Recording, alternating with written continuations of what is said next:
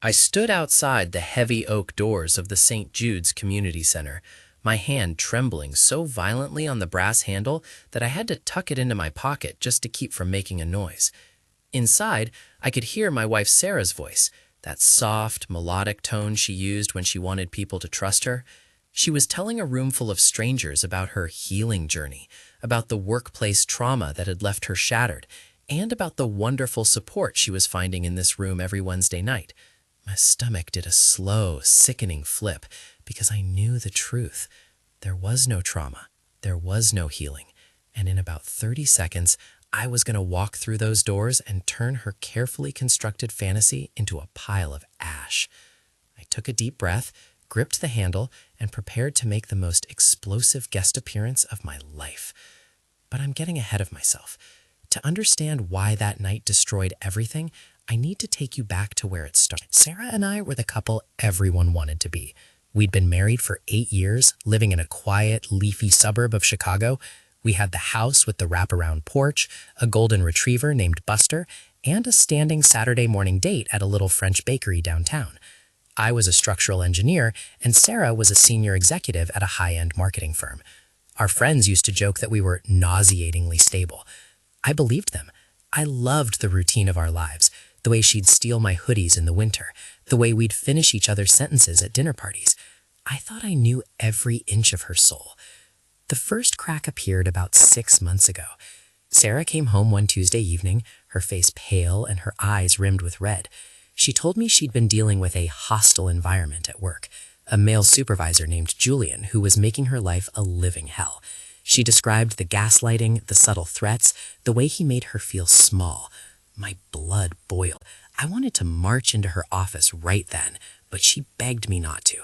She said she'd found a way to cope, a support group called Women Overcoming Workplace Trauma, or WOUT. It met every Wednesday night at 7 p.m. "It's just for women, Mark," she told me, her voice trembling. "It's a safe space. I need this to feel like myself again." Of course I supported her.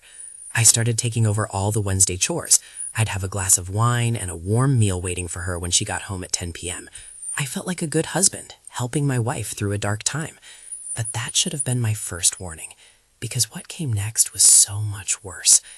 The first time I felt that icy prickle of suspicion was about 3 weeks into her meetings. Sarah was getting ready to leave.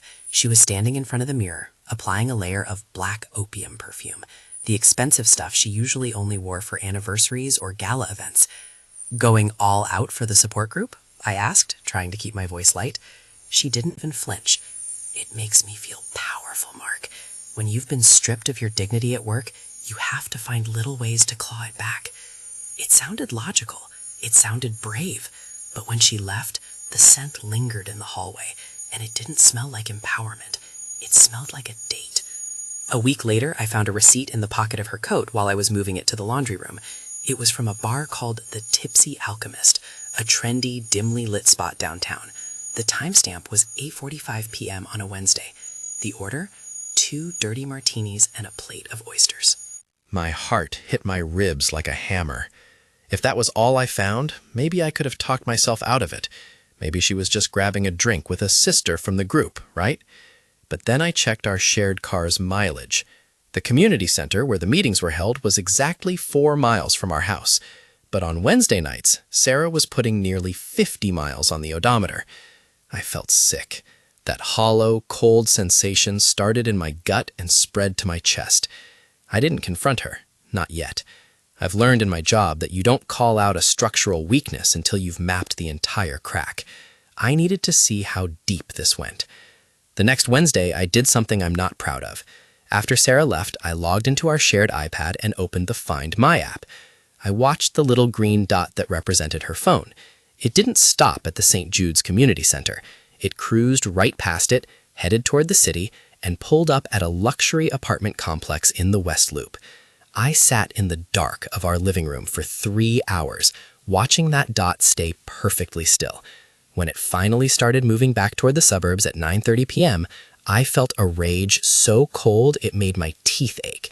But that wasn't even the worst part.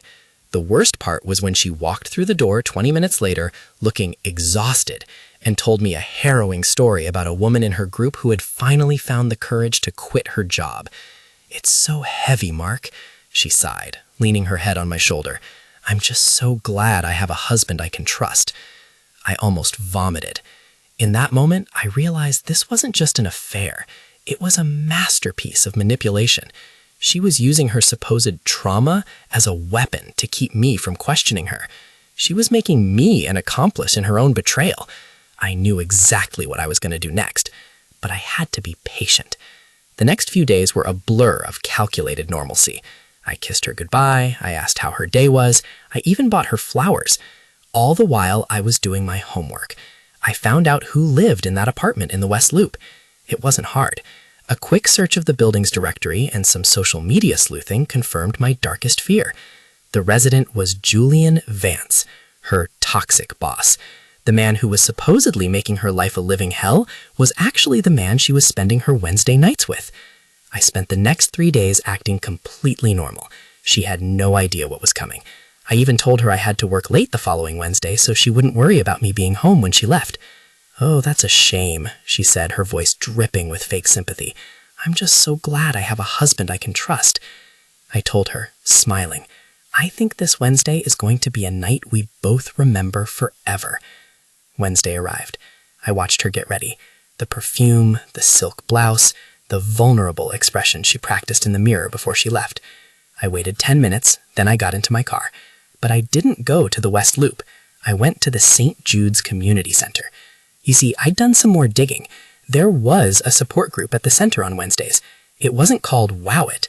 It was a general grief and loss group, and Sarah had actually signed up for it months ago, using it as her initial alibi in case I ever followed her.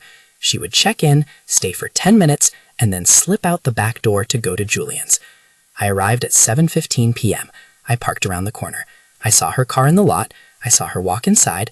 5 minutes later, I saw a sleek black Audi pull into the lot. A man stepped out. Tall, expensive suit, hair perfectly slicked back. Julian. They didn't go to his apartment this time. They were getting bold. They met at the side of the building, in the shadows, and the way they clung to each other made my vision go blurry with white-hot fury. They talked for a moment, and then, to my absolute bewilderment, they both walked into the community center together. I waited. My heart was thudding so loudly I thought it might burst through my skin. I gave them 10 minutes. Then I smoothed my jacket, took a breath that felt like inhaling broken glass, and walked inside. The community center was quiet, the hallways smelling of floor wax and old paper. I followed the sound of voices to room 302. I stood outside that heavy oak door, hearing her voice, that soft, lying voice, describing how isolated she felt in her marriage. I pushed the door open. The room was small, with about 12 people sitting in a circle of plastic chairs. Sarah was mid-sentence, her hand resting on Julian's arm. He was sitting right next to her, looking like the picture of a supportive partner. They both looked up when the door creaked. The silence that followed was deafening. It was like the air had been sucked out of the room. Sarah's face didn't just go pale. It turned a shade of gray I've never seen on a living person. Her mouth opened, but no sound came out. Her hand, which had been resting so comfortably on Julian's sleeve, jerked away as if the fabric had suddenly turned into red-hot coals. "Mark?" she finally whispered. The word sounded strangled. "Hi, honey," I said. My voice was eerily calm, the kind of calm that lives at the center of a hurricane. "I finished work early. I thought I'd come and see this life-changing group for myself." The facilitator, an older woman with kind eyes, looked confused. "I'm sorry, who are you?" "I'm Mark, Sarah's husband," I said, walking into the center of the circle. I looked directly at Julian.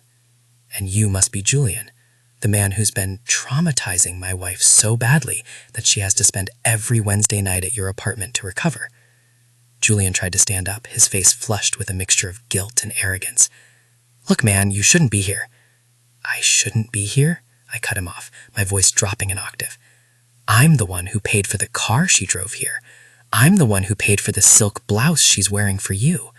I'm the one who's been sitting at home, worried sick that my wife was suffering while she was actually in the West Loop practicing her healing with you? Sarah finally found her voice. She scrambled to her feet, her eyes darting to the door, then to the other members of the group who were watching this train wreck with horrified fascination. "Mark, please," she hissed, reaching for my arm. "Let's go home. Let's talk about this in private." I stepped back, avoiding her touch. "Why? Isn't this a safe space, Sarah? Isn't this where you come to be honest?" I pulled a thick manila envelope from my jacket. I have the GPS logs, I have the receipts from the tipsy alchemist, and I have the photos of the two of you in the parking lot 5 minutes ago.